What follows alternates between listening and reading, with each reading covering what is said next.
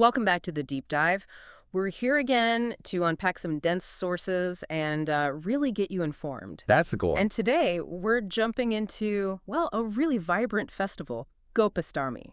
It's all about Lord Krishna and that incredibly important bond with the sacred cow in the Vedic tradition. Absolutely. And timing-wise, this deep dive puts us right smack in the middle of the auspicious month of Kartik. It's part of a whole sequence, really. Right. It follows some big ones. Yeah, you've got Diwali, Govardhan Puja, Bhai Dooj, and then comes Gopastami. Specifically, it's on Kartik Shukla Ashtami. The 8th lunar day, bright half of Kartik. Got it. Exactly. And our mission, it isn't just to tick off the rituals. We want to get into the story behind it, the origin. It's fascinating. Gopastami is about Gau Seva, cow service, but it actually starts with, well, a kind of promotion for a very young Lord Krishna. That's it, precisely. We're looking at how Krishna goes from being a little boy, just looking after calves, to a proper cowherd. You know, how he gets those names, Gopal and Govind. And through that story, we find out why the cow, Kaumara, is so spiritually and culturally significant. It all ties together. Okay, so let's start right there with that core event, the origin. Gopastami is the day Krishna's father, Nanda Maharaj, decides, okay, it's time. Time for Krishna and his older brother, Balrama, to take on a much bigger responsibility. Which was? Grazing the big cows. Oh. Not just the little calves anymore, but the full-grown herd out in the forest for the very first time. Wow. That sounds like a huge step up. It was a massive shift. Yeah. The sources are really clear on this. Before Gopastami, he's Balkrishna, the calf keeper. Meaning he could only handle the small ones close by. Exactly. Restricted. Kept within, safe boundaries near the village. And what pushed Nanda Maharaj to make the change? It wasn't just age, was it? Well, age was part of it, but the trigger, interestingly, sounds a lot like peer pressure. Really? Peer pressure for Lord Krishna. Kind of. His friends, the Gwal Bal, the other cowherd boys, they were teasing him, saying things like, "Oh, Nanda Maharaj doesn't trust you with the big cows, does he? That's why you're still stuck with the calves inside the boundary line." Like he wasn't capable. Ouch. Even for a divine kid, that's gotta sting. Apparently it did. The story goes he got quite upset, went home angry, wouldn't eat or drink his favorites. So Nanda Maharaj picked up on this. He did. He realized Krishna wasn't just getting older, but he was ready. Ready for more. This whole thing marks his transition, actually. Moving from the pauganda stage, that's early childhood. Into Kaumara. Youth. More responsibility. Precisely. So because it was such a significant step, Nanda Maharaj didn't just, wave them off into the forest. He made it official. He held a proper ceremony, marking the first time Krishna and Balrama went out to the main cattle pastures. And from that day on, Krishna became Krishna, the cowherd. That's a great story. Now, there's another layer here, isn't there, involving Radharani, sometimes called Lada in these sources. Yes, absolutely. Lord Krishna's consort. She was just as excited about this whole cow grazing adventure. She really wanted to go along. But there was a problem. There was a barrier, yeah. A societal one. She was told she couldn't go. Explicitly forbidden. Why? Because she was a girl. It shows how even these divine stories, these leelas, often reflect the social norms of the time. Cowherding was seen as boys' work. But knowing Radharani being told no probably just made her more determined, right? Oh, absolutely. Oh, okay. She wasn't going to miss out on the fun on being with Krishna in the pastures. So she came up with an ingenious plan. She found a loophole. She created one. She disguised herself. Completely. As what? As a boy. She took on the appearance of a Gwal Bal named Sakha, put on a dhoti, robes. Wow. Just blended right in. Exactly. Joined Krishna and the others for the day's grazing. It's such a sweet display of devotion, really, bending the rules just to share that experience. And people still remember the specific act. They do. This playful moment, this leela, is commemorated. You'll see in many temples, especially ISKCON temples, on Gopastami, they actually dress Goddess Radha in her Sakha form. As a companion, as that disguised boy, that's fantastic. It really is. And this whole transition, moving out into the forest, it immediately presents situations that highlight Krishna's character. Perfect setup for understanding Gau Seva. Ah, okay. Is this where the story about the shoes comes in? This is exactly it. The famous story of the shoes and umbrellas. Set the scene for us. Right. So the path out to the grazing grounds, it wasn't easy. It was stony, rough, and the sun was beating down. Yashoda Maya, being a protective mother, Naturally. she offers Krishna and Balram brand new shoes and umbrellas too. To make the journey easier, shield them. And Krishna says, He refuses, flat out. but his reason is just profound. It's pure empathy. What does she say? He said he'd only wear the shoes and carry the umbrellas if all his cows could have them too. All of them. How many cows are we talking about? Well, Nanda Maharaj's herd was enormous. Some sources mention numbers like 9 lakh cows. 9! That's almost 1 million. Shoes for 1 million cows. Impossible. Exactly. So Krishna says, if they can't have them, I won't either. Yeah. Whatever comforts he had, they should have too. So he just walked barefoot. Wow. And the cows, did they understand this? The story says they did. They witnessed this act of compassion from their Lord, and they responded. It became this incredible moment of, like, mutual care. What did they do? As they walked, the cows started deliberately crushing the sharp stones on the path with their hooves. No way. Yes, actively smoothing the way, turning the rough ground into soft powder for Krishna. Yeah.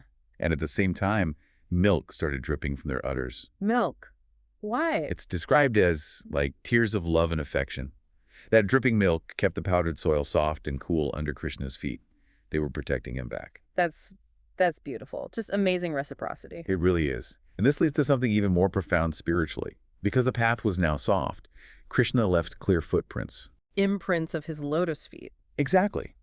And the gwal and the cows, they became protective of these new footprints. They made sure nobody else walked over them. Okay, and the significance of that. This is where it gets really deep. The Garga Samhita, one of the key texts, talks about this. These footprints were left all over Braj, the land around Vrindavan. Yeah. And the scripture says that just seeing those remaining imprints, these marks literally created out of an act of compassion for cows. Yes. What does seeing them do? It means you won't be reborn in this material world again. Wait, seriously, just seeing the footprints offers liberation? That's what the text suggests. It elevates that simple act of walking barefoot out of love for the cows to, well, the highest spiritual level. Gau Seva becomes a path to liberation itself. That completely reframes everything. The divine return on investment for compassion, as you said. It really does. And, to keep this whole thing going, the Golbal were quite clever. How so? They knew Yashodamaya might worry if Krishna came home exhausted or unhappy from his first big day out. They wanted him to be allowed to go again tomorrow. Ah, ensuring continuity of cow herding. Exactly. So on the entire walk back home, they just cracked jokes, told stories, kept Krishna laughing and delighted. Made sure he arrived home smiling. Smart kids. And then Krishna calls the cows. Yes. He climbs the tree, plays his flute, and calls every single cow by name. He knew all their names. All 9 lakh. That's the tradition. Which is why he's called Gopal, protector of cows, and Govind, one who pleases the cows. And apparently, all the cows, even those belonging to other villagers, would come running when he called. Incredible. So Krishna's own actions set the perfect example, which brings us to the big why. Why is the cow, Gomata, so revered? Why is this service so central? If Krishna himself demonstrates this level of care, there has to be a really deep reason behind it, right? It's clearly more than just, livestock. It feels foundational. It absolutely is. It connects very strongly to ideas of the sacred feminine and sustenance. She's called Gomata, mother cow, worshipped like a goddess, respected as a mother. Because she provides milk, nourishment. Primarily, yes. Yeah. Seen as literally sustaining life, nurturing people just like a human mother nurtures her child. The sources are emphatic. The cow is viewed as the very soul of Hindu religion and culture. Not just an animal. Far from it. She's considered a manifestation of Goddess Earth herself, Bhumi Devi. And then there's this other widely held belief. Which is? That the cow is like a divine apartment building. Uh-huh. Okay. Well, some traditions say she's the home of 33 principal gods and goddesses. Others say 33,000. Either way, the idea is that divinity literally resides within her. That explains the profound sanctity. Okay, so embodying Mother Earth, housing deities, symbolically, what else does she represent? So much. Love, care, compassion, definitely purity, motherhood, and also prosperity.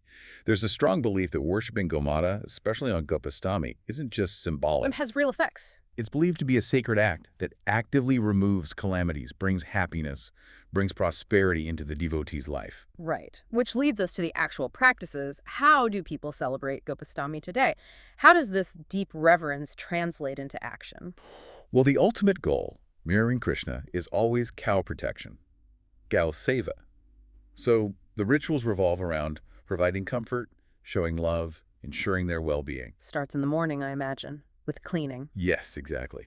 People often go to a nosara, a barn or goshala, a cow shelter, and they bathe the cows, clean the whole area thoroughly. Then comes the adornment. Dressing them up. They might drape them with new cloth, maybe even some simple jewels. Horns are often painted with turmeric paste, and a sindura mark, that red dot, is placed on their foreheads. Like you would for a deity. Precisely. And of course, special food, nutritious feed, fresh green grass, a feast for the cows. Are there specific worship actions too? Oh yes. Performing Pradaksina is key. That's walking clockwise around the cow, a sign of deep respect, acknowledging her sacredness. Circumambulation. Exactly. And then greeting and worshiping them again in the evening. There's a special time for this, the Godhuli Muhurat. What's that? It literally means cow dust time. It's that auspicious hour around sunset when the cows traditionally return home from pasture, kicking up dust. People will often touch the cows' feet then, pray for their health and for general prosperity. What about people who don't live near cows? City dwellers? The principle of service adapts. A very common and important way to participate is giving charity, dan, to a goshala, supporting those shelters that care for cows, especially old or infirm ones. So the core idea remains service and protection. Always. Following Krishna's example, providing a safe, loving, caring environment. That's the heart of Gopastami. And in our modern world with, industrial agriculture being so dominant, how does this ancient idea of Gauseza connect to daily life? That's a great question. The sources do touch on this. Whether you're in a village or a city, one way to practice this service today is by consciously supporting traditional systems, meaning choosing to consume milk and dairy products from indigenous Indian cow breeds, the Desi cows, where possible, and supporting farms or dairies that prioritize the animal's welfare, not just maximum industrial output. So making conscious consumer choices becomes a form of Gauseva. In a way, yes. By supporting those systems, you're helping fund the care and protection of the cows, which aligns with the principle, and it also supports that part of the economy. This has been really illuminating. We've gone from Krishna's childhood promotion to the deep spiritual significance of Kaumara and the practical ways people celebrate. Gopastami isn't just another festival day. It's really a profound lesson in responsibility, compassion, and the value of service. It truly is. Celebrating that key moment in Krishna's life sets this timeless example for how we should relate to those beings that sustain us. A powerful takeaway. And maybe, stepping back just a little further, there's that quote from the source material we discussed. The happiness of the cows is the biggest witness of the humanity of the living beings of any civilization. Right. That's a strong statement. It is, and it leaves us with a pretty challenging question, doesn't it? If that affection, that level of care for cows, is the benchmark for a civilization's humanity, what does our current relationship, often quite industrialized and, let's face it, impersonal with our food sources and perhaps all creatures, what does that say about the humanity of our modern civilization? Something to really chew on, I think, as we wrap up this deep dive.